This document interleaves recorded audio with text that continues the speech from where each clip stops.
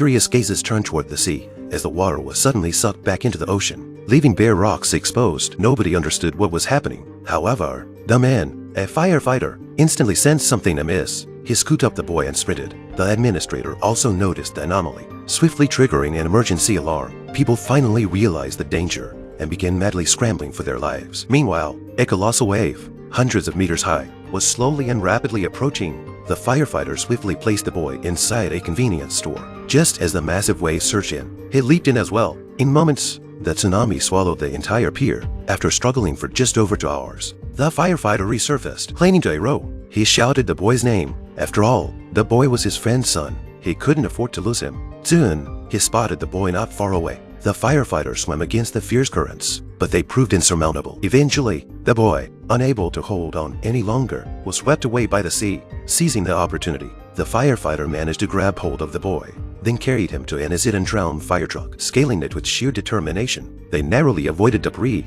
The entire town had succumbed by now. Yet, before they could catch their breath, cries for help echoed from nearby. As a firefighter, the man couldn't stand idly by. He grabbed a coil of fire hose, then plunged into the water to rescue the woman in distress. How heroic is a firefighter? Really, exhausted as he was, he leaped into the water without hesitation, solely to save an unfamiliar girl. Fastening the fire hose to a tree, he reached out and grabbed the girl, guiding them both along the water's path to the fire truck with steady urgency. Just then, more and more people swept in by the tsunami reached their location. The firefighter, risking his life again, went back and brought every struggling soul onto the fire truck.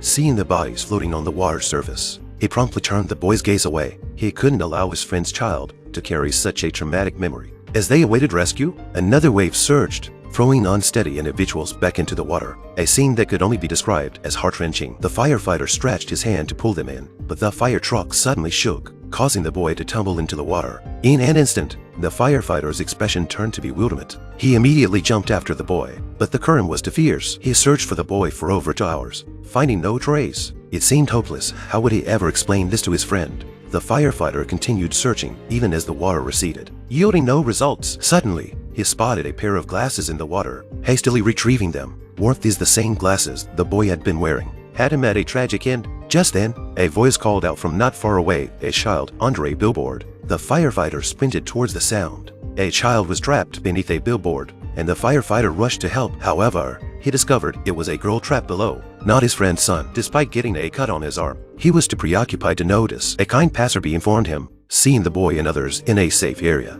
he found renewed hope and immediately headed there. As evening fell, the firefighter finally reached the safe zone. Amid the crowd, he recognized the boy at a glance. He sprinted towards him, only to mistake someone else for the boy, resulting in an incredibly awkward moment. He was now utterly weakened. Passersby pointed out his injuries, but his mind was consumed by the boy. He quickly located the registration personnel and inquired about the boy's name on the list of survivors. Unfortunately, the answer was negative. The registration personnel suggested he visit the temporary morgue nearby, but even the typically strong firefighter was lacking courage at this point. Just then, the father of the boy, who was also participating in the rescue, appeared before him. Seeing his son's eyes hanging around the father's neck, the firefighter, also a father, seemed to grasp something profound. Before the firefighter could explain to the boy's father, a kind woman approached, holding the boy in her arms. Witnessing the boy safe and sound, the firefighter's strength deserted him, and he collapsed. It was the weight of responsibility that had carried him this far. Let's salute the incredible firefighters.